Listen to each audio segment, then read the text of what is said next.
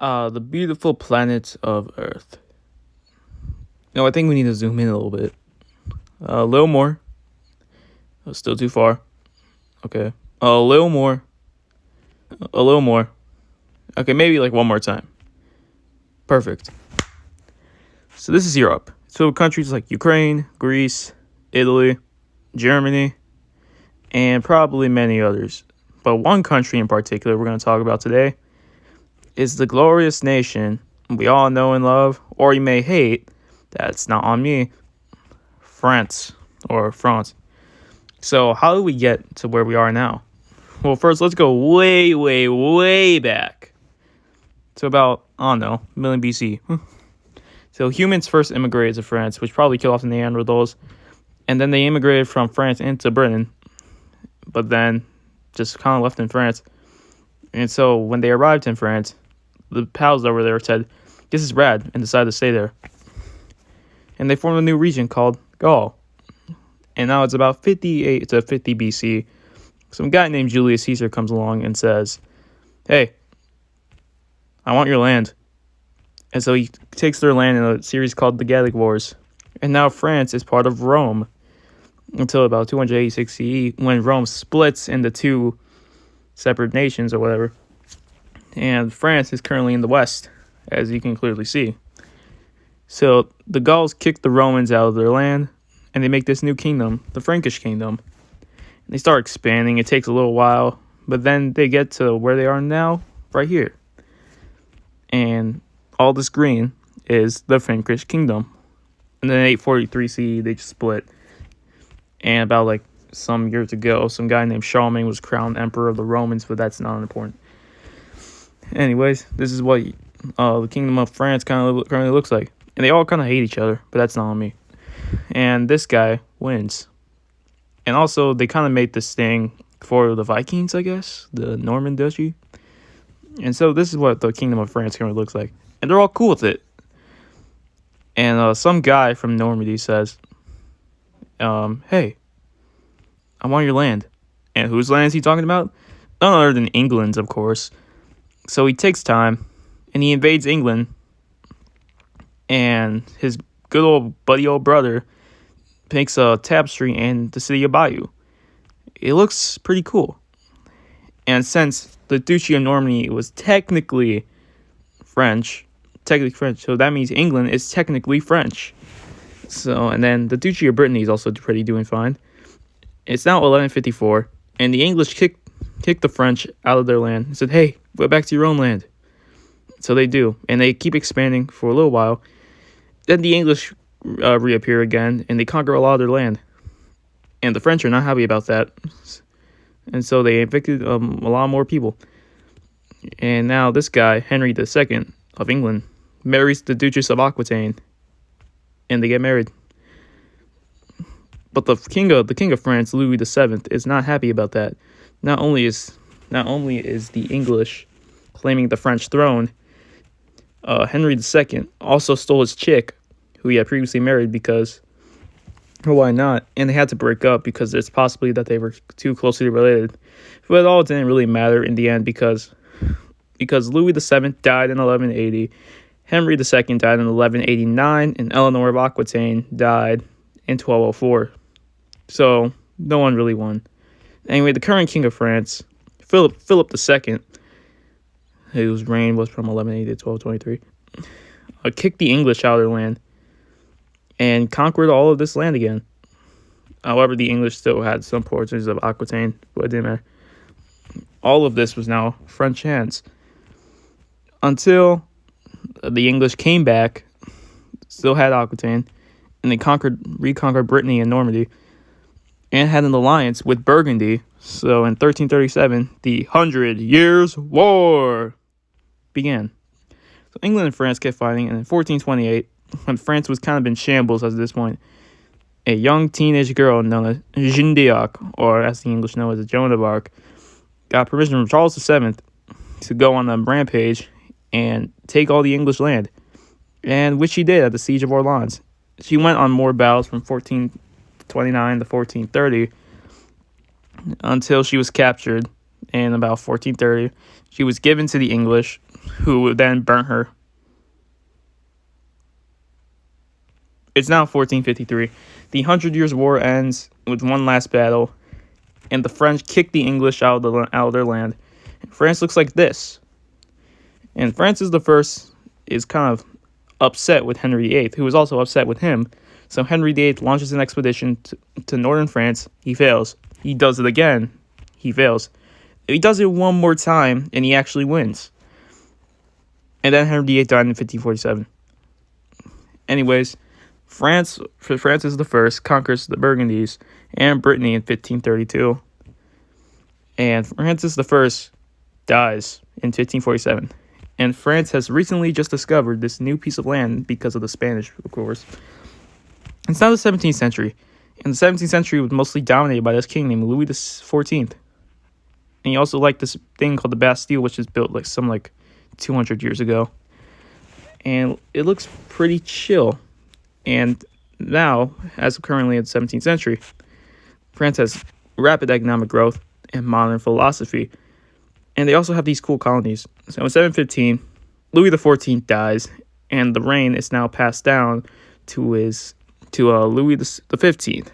And now we enter the Age of Enlightenment, where modern philosophy is going haywire, and modern and popular figures known as Voltaire and Rousseau come to power. Also, the Kingdom of France just bought this island from Genoa named Corsica, and may or may not be important later. Anyways, England and France are still very mad at each other, because of course they are, over this disputed claim in North America. So England and France go to war, and the English won, or now, as they call it, the British. And now the French have to cede all this land in North America to the British. And in 1774, Louis XV dies, and the reign is passed down to his grandson, Louis XVI. And also by this point, those modern philosophers I talked about, Voltaire died, and so did Rousseau. And now France looks like this, and France's economy is fucked. And Louis XVI is not doing any better. So what do?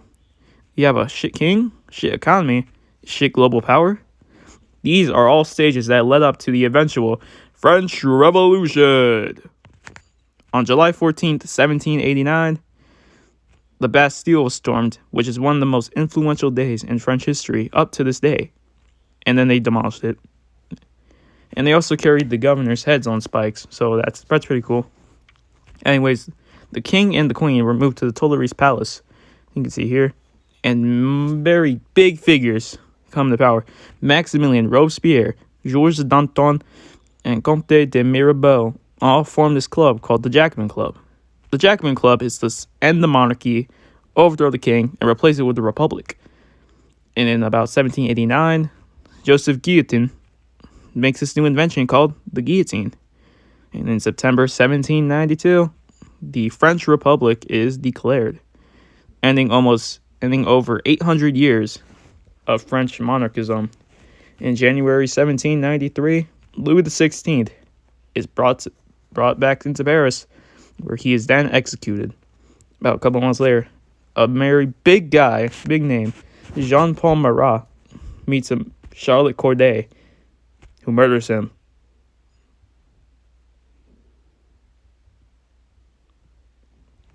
It's now the period we call the Reign of Terror, led by Robespierre himself, who murdered thousands of people by the guillotine. The British were then going to invade Toulon, and this guy was put in charge. His name is Napoleon Bonaparte. Marie Antoinette, who was queen, was officially executed in 1793. And of course, from this point on, more and more people would be executed by the guillotine. Even Robespierre's closest advisors and friends, including Georges Danton, who was executed in April of 1794, and the guy who started the Reign of Terror of all would also end the Reign of Terror of it all, as Maximilien Robespierre had been executed in July of 1794. You remember that guy from earlier? No, not Robespierre or Danton, or Louis XVI, of course. I mean this guy, Napoleon Bonaparte. He teamed up with Emmanuel Size, and he locked the government into this palace. And then Napoleon was sent to Egypt for some reason. And then Napoleon became first consul of France. Then the War of the First Coalition began, and it ended up France winning. And France now looks like this. Napoleon is now the dictator of all of France. And of course, he starts going haywire and leads the eventual expedition we all know as the Napoleonic Wars. And in 1804, he crowns himself Emperor of France, and France looks like this by 1812. Of course, this doesn't last long, as his failed expedition into Russia ultimately puts an end to his old empire. And after one final battle, and with the help of some men, of course, Jean Bernadotte, Francis I of Austria, Alexander I of Russia, and Frederick William III of Prussia all put an end to his glorious empire. One of them used to be his generals, Jean Bernadotte. Anyways, Napoleon's defeated, and they exile him to Elba from 1814 to 1815 until he comes back. But in this time, Louis XVIII is crowned the King of France, who was actually a brother to Louis XVI. So Napoleon returns from Elba. Everyone cheers for his arrival. He goes on one final battle, which is at Waterloo in Belgium. He loses and was defeated by the Duke of Wellington, and he was exiled to St. Helena in 1815, and in 1821, he dies. After Napoleon, the Bourbon Restoration began, which kind of restored the monarchy until 1830, when the July Revolution began. Why is it called the July Revolution? Because it happened in July. And it was the July monarchy was established, and this guy was in charge until another 1848 revolution put an end to that. And now this guy's in charge, Louis Napoleon Bonaparte. And he's president. This is what France currently looks like. And also, it's the Second French Empire, led by, of course, Napoleon III, who was changed his name from Louis Napoleon Bonaparte. He was a good guy until he was defeated in 1871 in the Franco-Prussian War. And now he gets exiled to London, and he dies. It's now the 1880s, and technology and railroads are going haywire. They're booming. Like, they also built this big-ass tower for some reason. I don't know why. In 1895, a trail derails. In 1896, France competes in the first ever modern Olympics, and in 1900, they host the Olympics themselves and the World Expo. And now France's economy is also booming, and the population is also booming, and the people are also very happy. In 1910, Paris floods for some reason, and it's now about the 1914. And Austria was just declaring war on Serbia, and Germany was fine with it. So Russia is about to kick Austria and Germany's ass, and France joins in. And Germany's trying to go around from Belgium into France so they can defeat France. And so Britain declares war on Germany. And then Italy joins in about 1915. And World War I was a very interesting time for France. Not only was it bloody, it was also very bizarre. The bloodiest battles happened in about 1916 and 1917, starting with, of course, the Battle of the Somme, which led thousands of dead, of course, and probably millions and millions of injured, not only just for the French, for the Canadians, British, and the Germans as well. The second battle happened in 1917 in the Battle of Verdun, which was even more, or sort of the same region, the bloodiest, as it was for the Somme the year prior. The Battle of Verdun's general in France was led by Marshal Philippe Pétain, and he was glorified for helping the French win the Battle of Verdun. Anyways, it's 1918. World War I ends with the Treaty of Versailles, which is held in, Versailles in France. It's now the 1920s, and it's the end of this Folies, where a big boom happened in population, and everyone was kind of happy until the Great Depression hit in about 1931. As you could see, France's economy kind of collapses, because of course it did. And what makes things worse is that France gets out of their Great Depression. However, their next door neighbor just installed a new government, which really seems kind of sketchy, and they also reinforced the Rhineland, which breaks the Treaty of Versailles contract. It wasn't until 1939 when Nazi Germany invaded Poland. France and Britain declared war on Nazi Germany, but Germany and the Soviet Union had defeated Poland by this time, and they also kind of sat around doing nothing for the next couple of months until 1940, when Germany officially invaded France. Now, France had built a magnet line along the border of Strasbourg, or Alsace-Lorraine, but they didn't think about fortifying the entire border between Belgium and Luxembourg. So Germany did what they did in World War One. They circled around, and because of this, a lot of English and French soldiers went to Dunkirk and had to evacuate back into England. And about June 1940, France played their final radio message, which was their national anthem, and France had officially fell to the Nazis. Now, France, instead of just being fully occupied, was just held into two different territories. The northern part, which would be completely controlled by the Nazis, and the southern part, which is now by the Vichy government, whose chief of state was Pétain, who has now been discredited because we're collaborating with the Nazis. France and Nazi occupied was just as bad as Germany was for its policies against the Jews. France helped Germany deport Jews from France into concentration camps. And of course, a lot of people did not like this. One person, including Charles de Gaulle, who helped start Free France in Central Africa. In 1942, Vichy France was occupied by the Nazi Germany and the Kingdom of Italy until D-Day. D-Day happened in 1944, and France and Paris were officially liberated in August of 1944, and then Germany officially surrendered in May of 1945.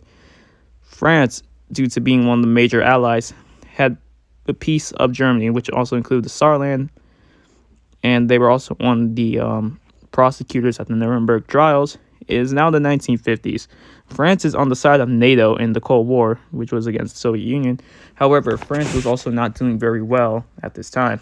After having lost the Battle of Dien Bien Phu against the Vietnam rebels in 1954, the decolonization of Africa also began in about the 1960s. Charles de Gaulle, the hero from World War II, became the president in 1959, but resigned in 1969 and then died in 1970. France, by this point, economic went down very bad. There also has been a lot of racism and brutality by the 1980s. In the 1990s, Jacques Chirac was elected president in 1995.